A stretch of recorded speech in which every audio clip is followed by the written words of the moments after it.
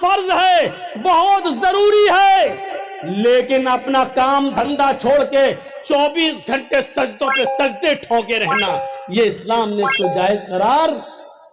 نہیں دیا ہے۔ جمعے کی نماز فرض ہے ہر مسلمان مرد پر، عاقل اور بالغ پر،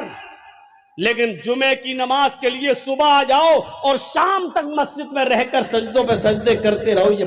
نہیں سکھایا، بلکہ کہا فَإِذَا قُضِيَتِ الصَّلَاةُ فَانتَشِرُوا فِي الْأَرْضِ، جب نماز جمعہ ہو جائے تو آپ مسجد خالی کر دو اور رکشہ چلاؤ، لکڑیاں اکٹھی کرو، جنگلوں سے لا کر بازار میں بیچو، محنت کرو، مزدوری کرو، کھیتی کرو، باڑی کرو، اور اپنی بیوی اور بچوں کا پیٹ پالو، ان کے لیے محنت و مزدوری کرو۔ اسلام نے یہ شکشا دی ہے۔ نماز فرض ہے لیکن 24 گھنٹے سجدہ کرنا اسلام کے اندر جائز نہیں ہے۔ سنیے، اسلام کی پہلی بنیاد 5 چیزوں پر جو رکھی گئی ہے، اس کی پہلی بنیاد کیا ہے؟ کلمہ طیبہ، لا الہ الا اللہ محمد رسول اللہ۔ یہ کلمہ پڑھنا ضروری ہے، لیکن کسی کو زبردستی پڑھوا کر اس کو مسلمان کرنا اسلام کے اندر حرام ہے۔ زکوٰۃ غریبوں کی بہت بڑی ہمدردی ہے، آپ کے پاس ایک لمٹ ہے، ہندو دھرم میں بھی زکوٰۃ ہے لیکن لمٹ نہیں ہے، یہ اسلام لمٹ متعین کرتا ہے۔ لیکن اسلام میں اگر 1 لاکھ روپیہ تمہارے پاس ہے تو 2500 دینا پڑے گا۔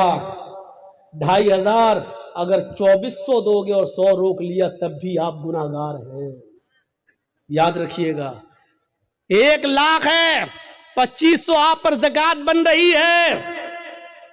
اگر آپ نے 2499 روپے دے دیے اور 1 روپیہ روک لیا تو آپ گناہگار ہیں۔ اسلامی حکومت ہوگی تو آپ سے جنگ کی جائے گی، آپ سے قتال کیا جائے گا، آپ سے لڑا جائے گا۔ اگر آپ 1 روپیہ دینے سے منع کریں گے تو آپ کے خلاف جہاد کیا جائے گا۔ میرے بھائیوں سوچو، یہ اسلامی رولز ہیں۔ یہ بڑے بڑے چودھری اور سرمایہ دار، بڑی بڑی بلڈنگوں کے مالک، آج جن کے پاس کروڑوں کی ملکیتیں ہیں، حساب لو تم زکوٰۃ دیتے ہو یا نہیں دیتے ہو اپنے مال کی پوری۔ اسلامی حکومت ہوتی تو زبردستی لے لیا جاتا، نہیں ہے۔ وہ کہے گا بے حق آج تو مولویوں کو سب سے زیادہ سننا پڑتی ہے، آگے صبح میرے پاس لینے بیٹھو، 10 بجے اٹھیں گے، صاحب سو رہے ہیں۔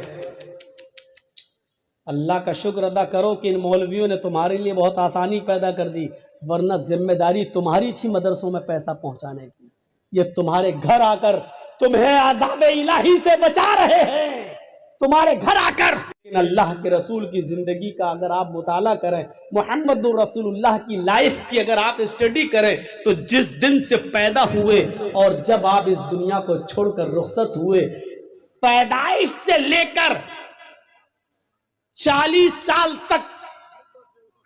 نبی نہیں بنے تھے تب تک کے حالات، اور 40 سال سے لے کر 23 سال اور 63 سال، یعنی 23 سال کی نبوی زندگی، 13 سال مکے اور 10 سال مدینے کی، 63 سال کی زندگی کے اگر حالات، ایک دن کے حالات بھی اگر آپ کو دیکھنا ہو تو آپ پڑھیں گے تو محمد رسول اللہ کی پیدائش سے لے کر آخری وقت، آخری سانس تک کے حالات آپ کو ملیں گے۔ پیدائش کے حالات یہ تھے کہ جب آپ پیدا ہوئے تو ماں ان کی آمینہ کہتی ہے میری آنکھوں کے سامنے سے ایک نور چمکا، ایک روشنی ہوئی، اور ایسا لگا کہ اس روشنی نے پوری دنیا کو روشن کر دیا۔ یہ اس بات کی طرف اشارہ تھا کہ آیا آمینہ تو نے جو بیٹا پیدا کیا ہے وہ ایسی روشنی لے کر آیا ہے کہ وہ روشنی، اس کی قرآن کی روشنی، اس کی علم کی روشنی پوری دنیا کو روشن کر دے گی۔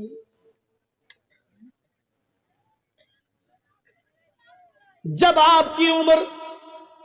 کوئی بہت زیادہ نہیں ہوئی، 1.5-2 مہینے کی ہوئی، اور مکے کی فضا جب بہت زیادہ خراب تھی، آب و ہوا بہت زیادہ خراب تھی، مکے میں بیماریاں پھیلی ہوئی تھی، تو مکے کی عورتیں اپنے بچوں کو دوسرے دیہات میں، دوسرے شہروں میں بھیج دیا کرتی تھیں، دوسری عورتیں ان کو دودھ پلایا کرتی تھیں تاکہ بچہ بیماری سے محفوظ رہے، تندرست ہو کر لوٹایا جائے۔ حلیمہ سعدیہ قبیلے سعد سے چلی، اور وہ بھی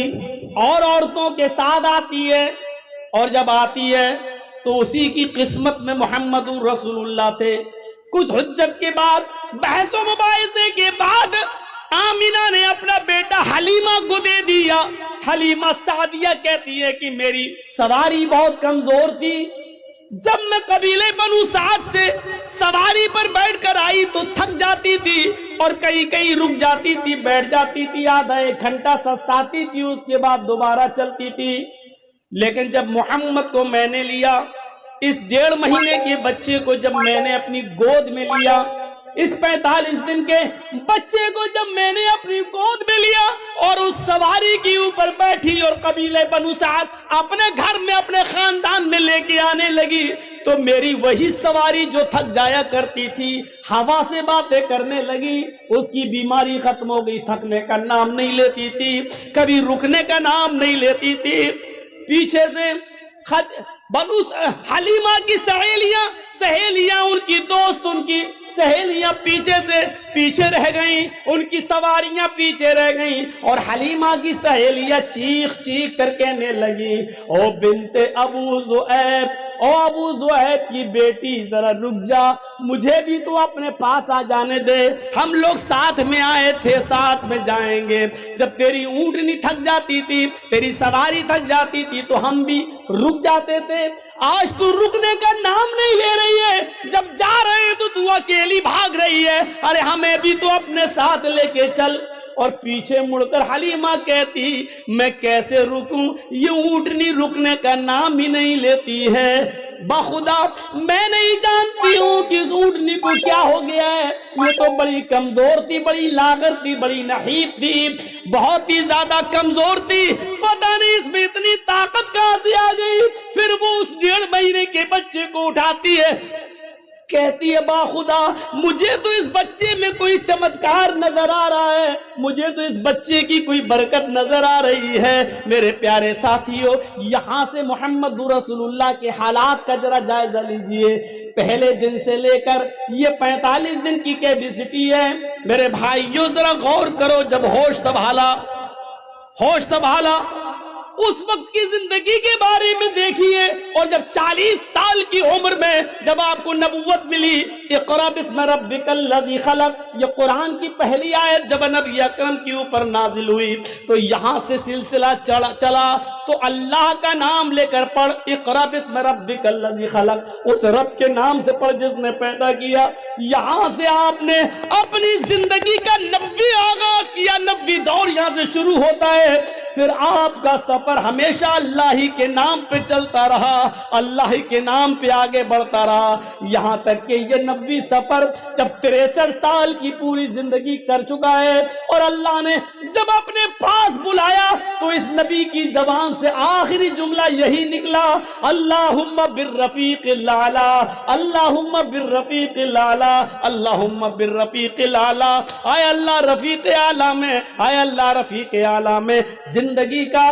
سفر کی شروعات بسم اللہ کے نام سے ہوتی ہے، اور زندگی کا اختتام بھی اللہ کے نام پر ختم ہوتا ہے، یعنی اس نے بتا دیا کہ میرا جینا، میرا مرنا، میری موت اور میری زندگی صرف اللہ کے لیے ہے۔ اسی کو اللہ کے نبی کہا کرتے تھے، اور ان سے پہلے ابراہیم علیہ السلام